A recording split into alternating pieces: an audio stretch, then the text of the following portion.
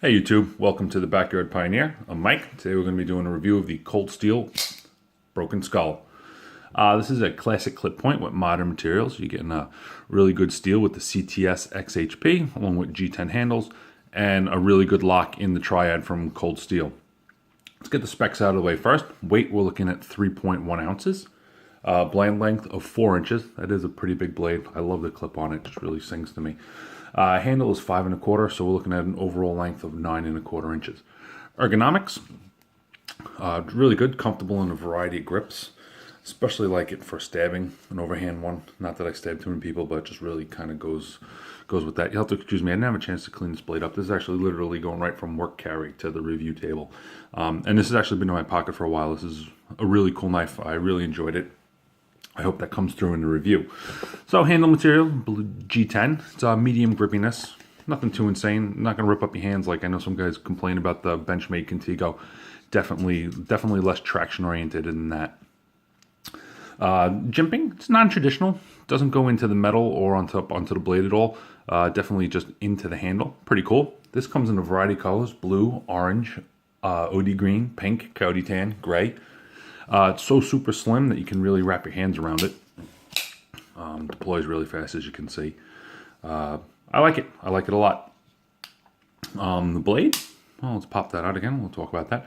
Very traditional clip point with a full flat grind. This is funny because if I hand my dad something like an Endura Spyderco, along the same lines, and definitely in the same blade class, good material on the blade, he kind of turns his nose up at this. But give him something that looks like his classic Buck 110, and he's hooked. He liked this knife too. So it's made with CTS XHP, which is an air-hardened, high-carbon, high-chromium corrosion, and high corrosion resistant steel. I heard it described as having the edge retention of S30V with the ease of sharpening of VG10. I can really get behind that. This steel really impressed me. It held up very well, especially I find that I'm pretty demanding on my knives in my line of work. I'm a lineman. I've mentioned that in past reviews, just in case you don't know. So definitely a lot of cutting and stripping of cable, cutting wet, dirty rope. Thing as a telephone lineman that plays real hell on it is when we do underground work, and we have this stuff called mule tape. It's a measure pull tape. We use it for really long fiber optic runs, and it sits in the manholes. It gets wet when it's coming out onto the lip of the manhole. It collects a lot of sand. Very abrasive. Dulls knives quickly. That's really what my measuring stick is with good steel, and this is very impressive. I love it. There we go, misfire. I've been putting a real fine edge on it. I read on the internet to give that a try. So what I mean by that is I use a sharp maker. I double the number of strokes with each finer grit. So 10 passes on coarse, 20 passes on fine, 40 passes on ultra fine. May take a little bit of time, but it gets something that's scary, sick sharp. And it stays that way. It's not a put it on and it dulls right away. It stays real sharp and then just kind of dulls down into a really good working edge. It stays that way for a long time. I guess I do have to mention that this is in collaboration with Steve Stone Cold. Actually, I screwed that up twice. Stone Cold, Steve Austin of WWE fame. He has a broken skull. It's the name of his ranch. He also makes IPA, which is pretty good. And he's an avid outdoorsman, and this was his design. So this has its roots definitely in a working man's blade. The lock is Cold Steel's Triad lock, which has been around the block for a while now. I take it as it's a more higher end back lock. There's some good internals. You can see the schematics online. You really see how it hooks in there, and it has the pin. So this is my first experience with this type of lock. It definitely seems like an improved back lock. You can see in there. See if we can. You see the stop pin. That takes all the force instead of the lock mechanism, because I actually beat an old 110, old clone, an old Buck 110 clone. I think it was made by Klein to death with a 3-pound sledge. I had to do some extreme stuff with it. I had dropped my other knife. I was up on the pole. I was by myself in the backyards, and I happened to have my 110 clone on me, which they gave us at work, actually, which is pretty cool. So it gives you kind of an idea that, big knives are kind of accepted in my line of work. I dropped it, and I had a hammer on this thing, and the back lock just bent. I wish I still had that knife to show you, but I don't. So I find this to be pretty cool. I've had mine for several months. Still a bit stiff, so you see it springs out real fast. So it's definitely still, it's loosening up as the days go by. So I can't say, oh yeah, it's buttery smooth like an Axis lock or even the ball bearing lock or the compression lock from Spyderco. But it's pretty cool. I can see where in this kind of instance, this kind of knife, it's a good lock. You know, people who poo-poo a back lock, this is definitely stepping up in strength and not going exotic. Carrying it at 4 inches, Broken Skull should qualify as a big knife, but so light and slim that it just carries like something a lot smaller. I mean, how they got that way is they don't have, let's see if we can see that in there. You know, you're not looking at liners in there. You know, it's just the G10 holding it in, which is, you don't see many knives like that. Definitely don't see that with the Spyderco. Spyderco, the Enduro I flipped out before, it has skeletonized liners, so which is still a pretty light knife, but this is lighter and has a bigger blade. Speaking of the blade, just again, I want to talk about the coating. This coating really impressed me. It held up.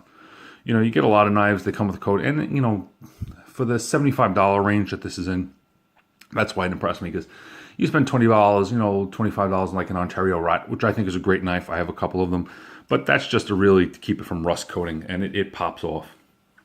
Where this is held up, it's held up really well. I mean, you can see it's a little dirty, but it doesn't have, there's no big gouges in it or anything.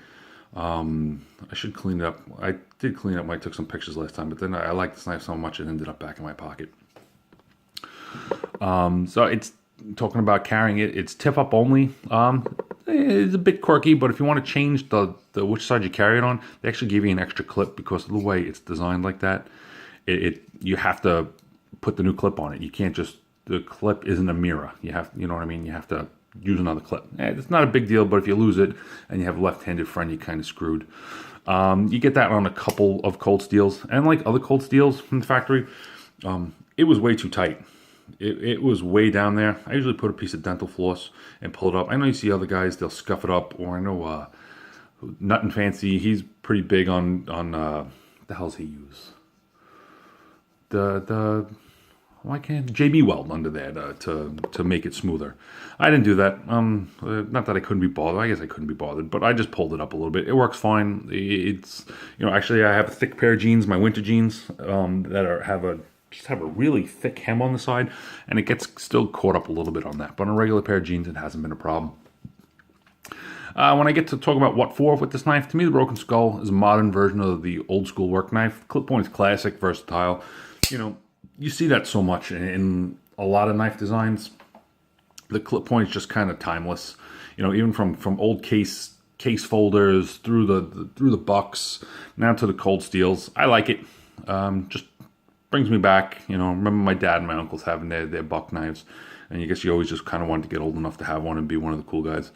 And nothing too outrageous in this design that would chase away, you know, a traditionalist. Because if you had a wooden handle on this, or even the brown, or I guess if I was going to buy my dad one, I'd buy it in brown. I had to buy it in blue.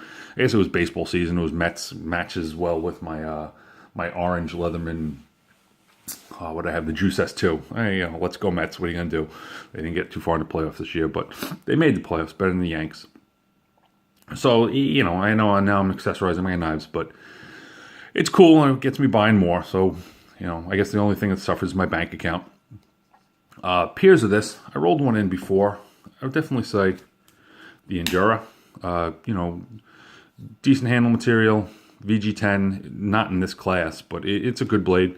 About the same weight, same reach. And if you like the clip point, but you're looking for a slightly lower price point, I think you got to go to the Cold Steel. This is the Voyager. So you're getting, this one's also the CTS steel. This is the BD1, which is probably very similar to OS 8. Great knife, a little bit bigger, a little bulkier, you know, still with the triad lock. This one's actually loosening up a little bit better than the Cold Steel, than the Broken Skull. Oh, misfire. You know, comes out nice and quick. Big knife. Just want to mention the clip point on this is a lot broader, so just keep that in mind. So there you have it. Wrapping up this one, it's definitely slim, lightweight, big reach, which equals a lot of awesome. The lock is a bit of an issue, but you can see, I don't know if you see it, it's actually gouging there. I haven't tweaked the knife too much. I like to keep them stock before I start playing with it, but hopefully it loosens up a little bit more. Oh, there you go, swing a little bit, yeah. Good way to end up in the hospital, cut my finger. But it does fire out nice and fast. So this one's a keeper. The Hank, that's from Brown Bag Beard Company. You can find him on Instagram. He's pretty cool. He makes a lot of hanks. I buy a couple of them every now and again. Like I said, nothing too good for my kids to blow their nose in. So there you have it. Slim. We'll just mention it again. Slim, lightweight, big reach equals awesome. I'm gonna give this one a 4.5 out of 5 stars. In the below, I'll have links to Amazon. If you want to buy it, always appreciate it if you buy it through me. Thumbs up are always appreciated. Likes, shares, you know the whole deal. Check me out on my other social media stuff. You can find me on Facebook, Instagram, Twitter. Not much. I don't tweet well. I don't know what to tell you. Pinterest. I know, more recipes and stuff on there. But there you have it. Cold Steel Broken Skull. Modern classic. Classic clip point, modern materials. Take care, YouTube. Thanks for checking me out.